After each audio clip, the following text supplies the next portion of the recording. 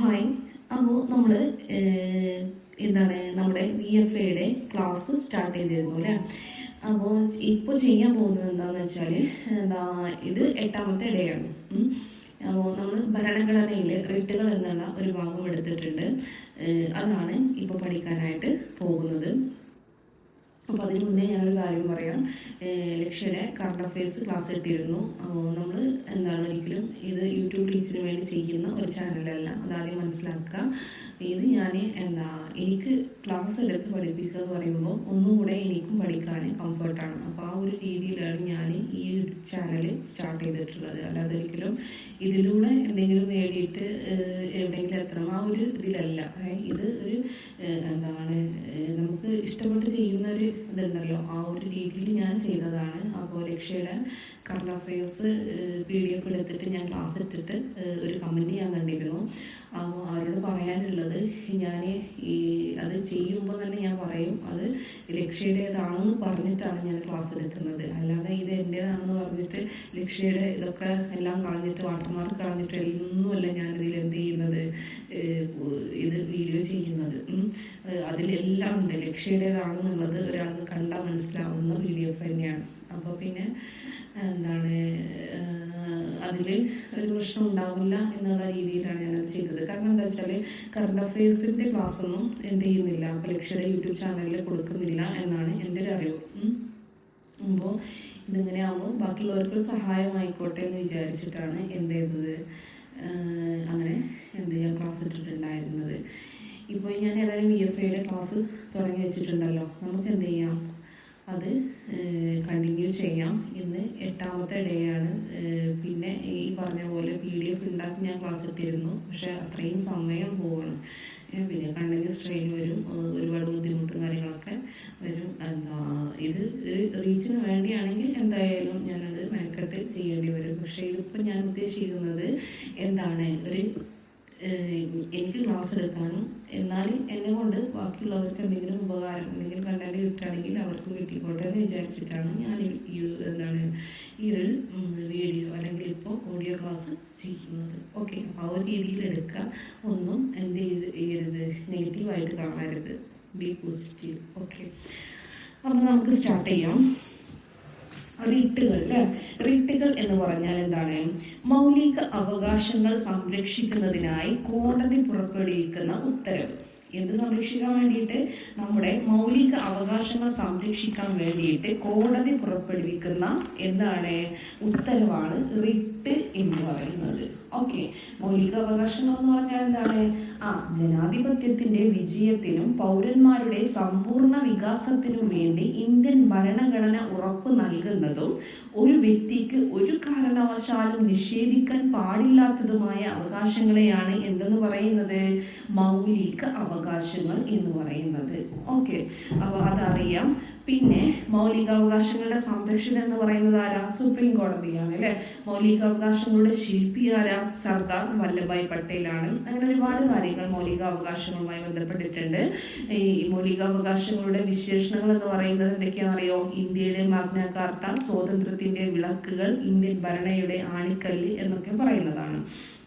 അപ്പോൾ ഈ മൗലികാവകാശം മൗലികാവകാശത്തെ കുറിച്ച് പറയുമ്പോൾ അതിൽ നമ്മൾ ഓർക്കേണ്ട കാര്യം എന്ന് പറയുന്നത്, ഇത് പാർട്ട്, അതായത് ഭാഗം 3 ഉൾക്കൊള്ളിച്ചിരിക്കുന്നതാണ് മൗലികാവകാശം. അതുപോലെ ആർട്ടിക്കിൾ 12 മുതൽ 35 വരെയാണ് ഇതിൽ മൗലികാവകാശങ്ങളെ കുറിച്ച് പറയുന്നത്.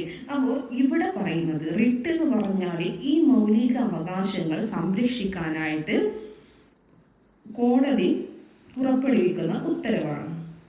റിട്ടുകളെ കുറിക്കുന്ന പദങ്ങൾ ഏത് ഭാഷയിൽ നിന്നാണ് എടുത്തിട്ടുള്ളത് എന്ന് ചോദിച്ചാൽ ലാറ്റിൻ ഭാഷയിൽ നിന്നാണ്. റിട്ട് എന്ന ആശയം ഇന്ത്യ കടമെടുത്തിരിക്കുന്നത് ബ്രിട്ടനിൽ നിന്നാണ്. റിട്ട് ബ്രിട്ടൻ ഒരു ഇത് കിട്ടുമല്ലോ, കണക്ഷന്. ഇനി റിട്ട് പുറപ്പെടുവിക്കുന്നതിനുള്ള അവകാശമുള്ളത് സുപ്രീം കോടതിക്കും അതുപോലെ ആർക്കുമാണ്? ഹൈക്കോടതിക്കും ആണ് എന്നുള്ളത് ഓർത്തു വെക്കുക. പിന്നെ ഭരണഘടനയുടെ ഏത് അനുച്ഛേദം അനുസരിച്ചാണ് സുപ്രീം കോടതി റിട്ട് പുറപ്പെടുവിക്കുന്നത്? 32-ാം അനുച്ഛേദം. ഭരണഘടനയുടെ ഏത് അനുച്ഛേദം അനുസരിച്ചാണ് സുപ്രീം കോടതി റിട്ട് പുറപ്പെടുവിക്കുന്നത്? 32-ാം അനുച്ഛേദം. ഹൈക്കോടതി റിട്ട് പുറപ്പെടുവിക്കുന്നത് 226-ാം അനുച്ഛേദം അനുസരിച്ചാണ്. മനസ്സിലായോ? ഇനി മൗലിക അവകാശങ്ങൾ സ്ഥാപിച്ചു കിട്ടുന്നതിന് വേണ്ടി മാത്രം റിട്ട് പുറപ്പെടുവിക്കുന്നതാണ് സുപ്രീം കോടതി. മൗലിക അവകാശങ്ങൾ സ്ഥാപിച്ചു കിട്ടുന്നതിന് വേണ്ടി മാത്രം റിട്ട് പുറപ്പെടുവിക്കുന്നത് സുപ്രീം കോടതിയാണ്. ഓക്കെ. അപ്പോ ഭരണഘടനയുടെ ഏത് അനുച്ഛേദം അനുസരിച്ചാണ് സുപ്രീം കോടതി റിട്ട് പുറപ്പെടുവിക്കുന്നത് എന്ന് ചോദിച്ചാല് 32-ാം അനുച്ഛേദം. ഹൈക്കോടതി റിട്ട് പുറപ്പെടുവിക്കുന്നത് 226-ാം അനുച്ഛേദം. മൗലിക അവകാശങ്ങൾ സ്ഥാപിച്ചു കിട്ടുന്നതിന് വേണ്ടി മാത്രം റിട്ട് പുറപ്പെടുവിക്കുന്നത് സുപ്രീം കോടതിയാണ്. ഇനി മൗലിക അവകാശങ്ങളോടൊപ്പം നിയമാവകാശങ്ങൾ സ്ഥാപിച്ചു കിട്ടാനും റിട്ട് പുറപ്പെടുവിക്കുന്നതാണ് ഹൈക്കോടതി. അതായത് ഈ അർത്ഥത്തിൽ ഹൈക്കോടതിയുടെ റിട്ട് പുറപ്പെടുവിക്കാനുള്ള അധികാരം സുപ്രീം കോടതിയിൽ നിന്നും എന്താണ് എന്നുള്ളതാണ്? വിശാലമാണ്. ഓക്കെ. അപ്പോൾ എന്താണ്? മൗലിക അവകാശങ്ങളോടൊപ്പം നിയമാവകാശങ്ങൾ സ്ഥാപിച്ചു കിട്ടാനും റിട്ട് പുറപ്പെടുവിക്കുന്നത് ഹൈക്കോടതിയും, അതുപോലെ മൗലിക അവകാശങ്ങൾ സ്ഥാപിച്ചു കിട്ടുന്നതിന് വേണ്ടി മാത്രം റിട്ട് പുറപ്പെടുവിക്കുന്നത് സുപ്രീം കോടതി. ഇപ്പൊ റിട്ട് പുറപ്പെടുവിക്കുന്നതിനുള്ള അവകാശമുള്ളത് ആർക്കൊക്കെയാണെന്ന് ചോദിച്ചാൽ എന്ന് പറയും? സുപ്രീം കോടതിക്കും ഹൈക്കോടതിക്കും. മനസ്സിലായോ? ഇനി സുപ്രീം കോടതിയുടെ റിട്ട് അധികാരം ഇന്ത്യ മുഴുവൻ വ്യാപിച്ചു കിടക്കുമ്പോൾ ഹൈക്കോടതികളുടേത് അതാത് സംസ്ഥാനങ്ങൾ അല്ലെങ്കിൽ കേന്ദ്രഭരണ പ്രദേശങ്ങൾക്ക് ഉള്ളിലാണ്. സുപ്രീം കോടതിയുടെ റിട്ട് അധികാരം എന്താണ്? ഇന്ത്യ മുഴുവൻ വ്യാപിച്ചു കിടക്കാണ്. എന്നാൽ ഹൈക്കോടതികളുടേത് ഏതാണ്? അതാത് സംസ്ഥാനങ്ങൾ അല്ലെങ്കിൽ കേന്ദ്ര ഭരണ പ്രദേശങ്ങൾക്ക് ഉള്ളിലാണ് നമ്മൾ മനസ്സിലാക്കുക. അപ്പൊ എത്ര റിട്ടുകളാണുള്ളത്? 5 റിട്ടുകളാണ്. വളരെ സിമ്പിൾ ആയിട്ട് നമുക്ക് പഠിക്കാം കേട്ടോ. റിട്ടുകളുടെ എണ്ണം എന്ന് പറയുന്നത് 5 ആണ്. 1 habeas corpus, 2 mandamus, 3 prohibition, 4 quo warranto, 5 certiorari. മനസ്സിലായോ? Habeas corpus, mandamus, prohibition, quo warranto, certiorari.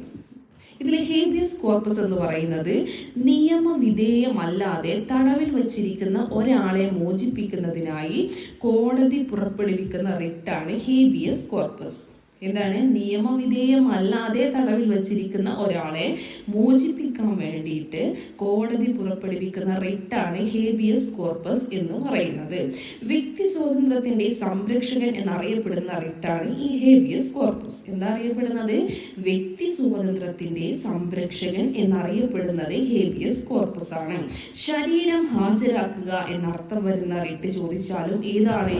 Habeas corpus ആണ്. പൊതുസ്ഥാപനങ്ങൾക്കെതിരെ സ്വകാര്യ വ്യക്തികൾക്കെതിരെയും ഹേബിയസ് കോർപ്പസ് റിട്ട് പുറപ്പെടുവിക്കാവുന്നതാണ്. പൊതുസ്ഥാപനങ്ങൾക്കെതിരെയും സ്വകാര്യ വ്യക്തികൾക്കെതിരെയും എന്ത് ചെയ്യാം? Habeas corpus writ പുറപ്പെടുവിക്കാവുന്നതാണ്.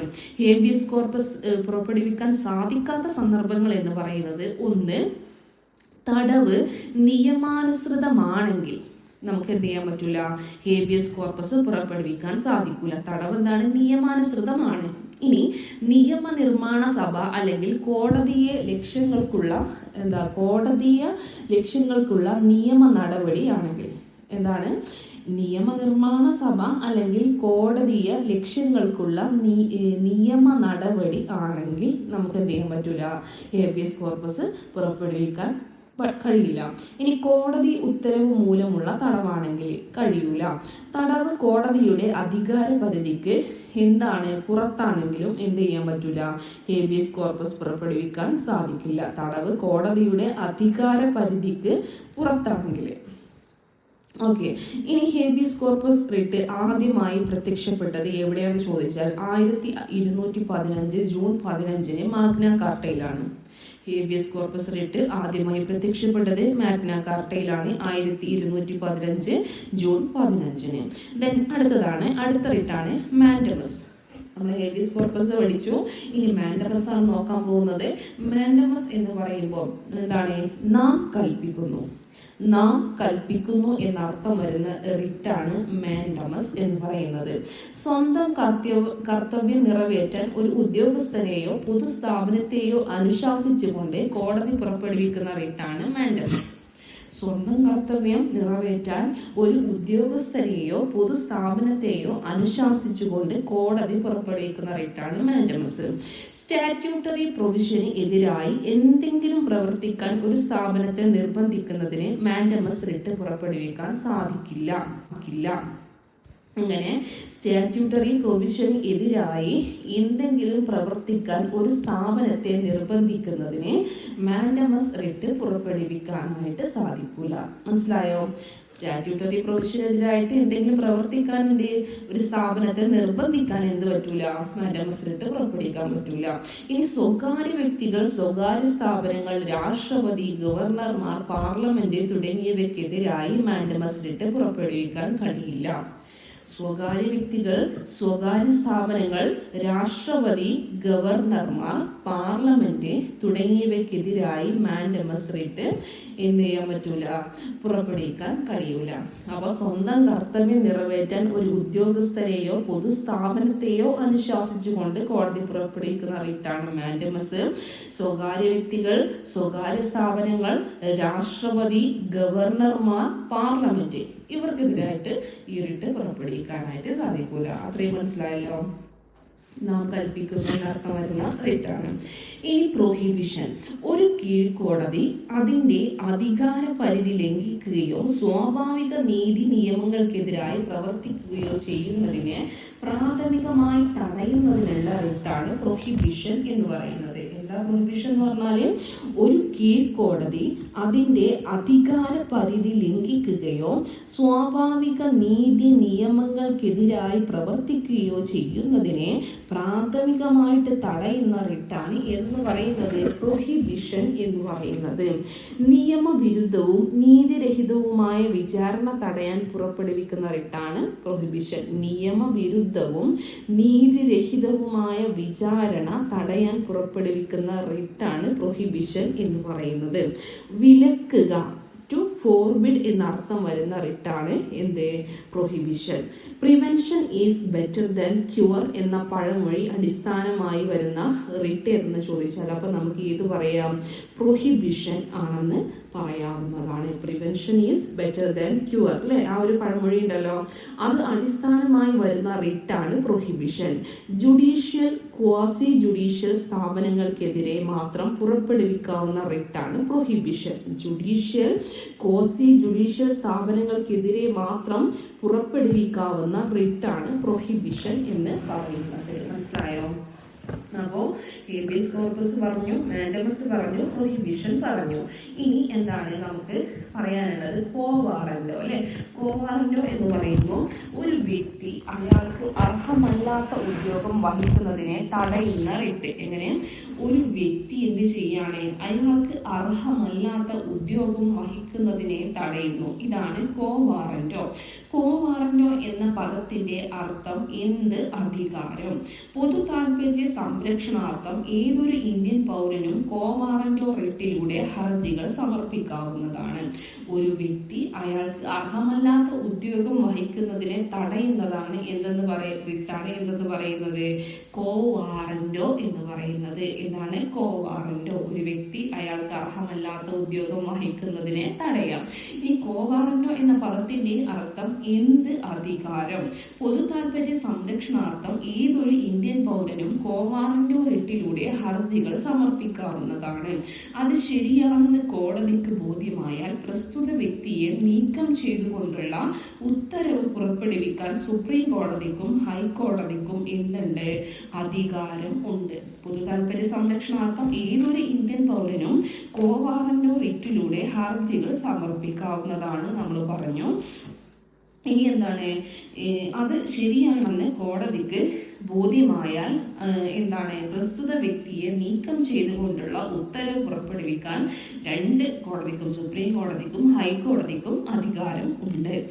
Shri Padmanabha സ്വാമി ക്ഷേത്രവുമായി തിരുവനന്തപുരം, അതായത് എന്താണ് ബന്ധപ്പെട്ട് സുപ്രീം കോടതി പുറപ്പെടുവിച്ച റിട്ടാണ് ഈ പറയുന്ന കോ വാറന്റോ എന്ന് പറയുന്നത്. ഓക്കെ, ഈ പത്മനാഭ സ്വാമി ക്ഷേത്രവുമായിട്ട് എന്താണ് ബന്ധപ്പെട്ട് സുപ്രീം കോടതി പുറപ്പെടുവിച്ച റിട്ടാണ് കോ വാറന്റോ എന്ന് പറയുന്നത്. ഒന്ന് നോട്ട് ചെയ്ത് വെച്ചേക്കാം.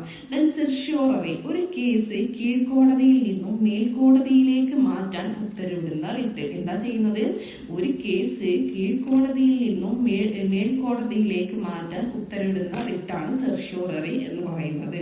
സാക്ഷ്യപ്പെടുത്തുക അല്ലെങ്കിൽ വിവരം നൽകുക എന്നിങ്ങനെ അർത്ഥം വരുന്ന റിട്ടാണ് സെർഷ്യോററി. എന്താണ്, സാക്ഷ്യപ്പെടുത്തുക, വിവരം നൽകുക എന്നിങ്ങനെ അർത്ഥം വരുന്ന റിട്ടാണ് എന്തെന്ന് പറയുന്നത്, സെർഷ്യോററി. ടു ബി സർട്ടിഫൈഡ് അല്ലെങ്കിൽ ടു ബി ഇൻഫോംഡ്, സാക്ഷ്യപ്പെടുത്തുക, വിവരം നൽകുക എന്നിങ്ങനെ അർത്ഥം വരുന്ന റിട്ട് ഏതെന്ന് ചോദിച്ചാൽ ഏതാ, സെർഷ്യോററിയാണ്. ഏതാണ് റിട്ട്, സെർഷ്യോററി. എന്തൊക്കെയാണ്, ടു ബി സർട്ടിഫൈഡ്, സാക്ഷ്യപ്പെടുത്തുക, വിവരം നൽകുക എന്നിങ്ങനെ അർത്ഥം വരുന്നു. ഇനി മേൽക്കോടതിയുടെ വിലയിരുത്തലിനായി കീഴ്ക്കോടതിയുടെ പരിഗണനയിലിരിക്കുന്ന കേസിന്റെ നടപടി രേഖകൾ കിട്ടുന്നതിനാണ് സെർഷ്യോററി റിട്ട് ഉപയോഗിക്കുന്നത്.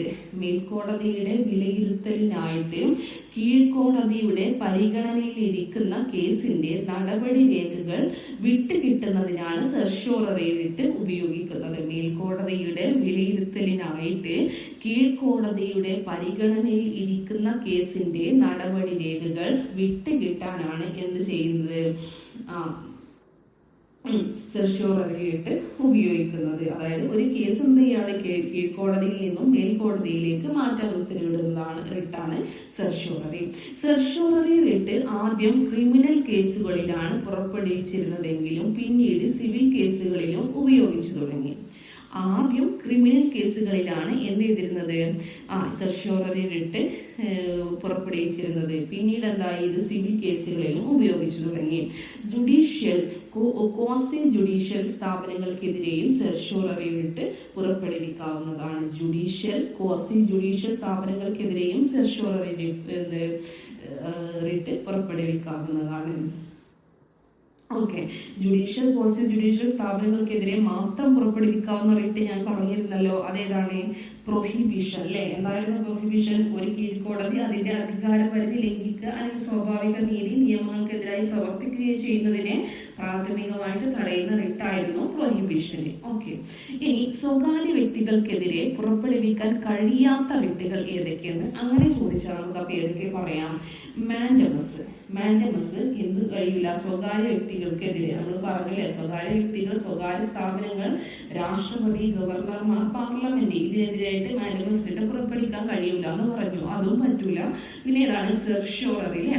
സെർഷ്യോററി അതായത് സാക്ഷ്യപ്പെടുത്തുക, വിവരം നൽകുക എന്നൊക്കെ പറയുന്ന സെർഷ്യോററിയും എന്ത് ചെയ്യാൻ പറ്റൂല, സ്വകാര്യ വ്യക്തികൾക്കെതിരെ പുറപ്പെടുവിക്കാൻ കഴിയാത്ത റിട്ടുകളാണ്. കാരണം എന്താണ്, ഒരു കേസ് കീഴ്ക്കോടതിയിൽ നിന്നും മേൽക്കോടതിയിലേക്ക് മാറ്റാൻ ഉത്തരവിടുന്ന റിട്ടാണ് സെർഷ്യോററി. പിന്നെ പ്രൊഹിബിഷൻ അല്ലെ, പ്രൊഹിബിഷനും ഇതെന്താണ്, ഒരു കീഴ്ക്കോടതി നമ്മൾ നേരത്തെ പറഞ്ഞു. ഈ മൂന്നെണ്ണം, മാൻഡമസ്, സെർഷ്യോററി, പ്രൊഹിബിഷൻ, ഇതെന്ത് ചെയ്യാൻ പറ്റൂല, സ്വകാര്യ വ്യക്തികൾക്കെതിരെ പുറപ്പെടുവിക്കാനായിട്ട് സാധിക്കൂല. പക്ഷെ ഏതൊക്കെ സാധിക്കും, ഇപ്പം ഹേബിയസ് കോർപ്പസ് സാധിക്കും. അതുപോലെ എന്താണ്, ഹേബിയസ് കോർപ്പസും പിന്നെ ഏതാണ്, കോ വാറന്റോ അല്ലെ. അതായത് ഹേബിയസ് കോർപ്പസ് ഒരു വ്യക്തി അല്ലെ, അതായത് എന്താണ്, വ്യക്തി സ്വാതന്ത്ര്യത്തിന്റെ സംരക്ഷകൻ എന്നൊക്കെയാണ് അറിയപ്പെടുന്നത് നമ്മൾ പറഞ്ഞു. പിന്നെ ഇതെന്താണ്, കോ വാറന്റോ എന്ന് പറയുമ്പോൾ ഒരു വ്യക്തി അയാൾക്ക് അർഹല്ലാത്ത ഉദ്യോഗം വഹിക്കുന്നതിനെ തടയുന്ന റിട്ടാണ് കോ വാറന്റോ എന്നുള്ളതും നമ്മൾ പറഞ്ഞു. ഓക്കെ, അപ്പൊ ഇത്രയും കാര്യങ്ങളാണ് റിട്ടുകളുമായി ബന്ധപ്പെട്ട് നമുക്ക് പഠിക്കാനുള്ളത്. ഓക്കെ.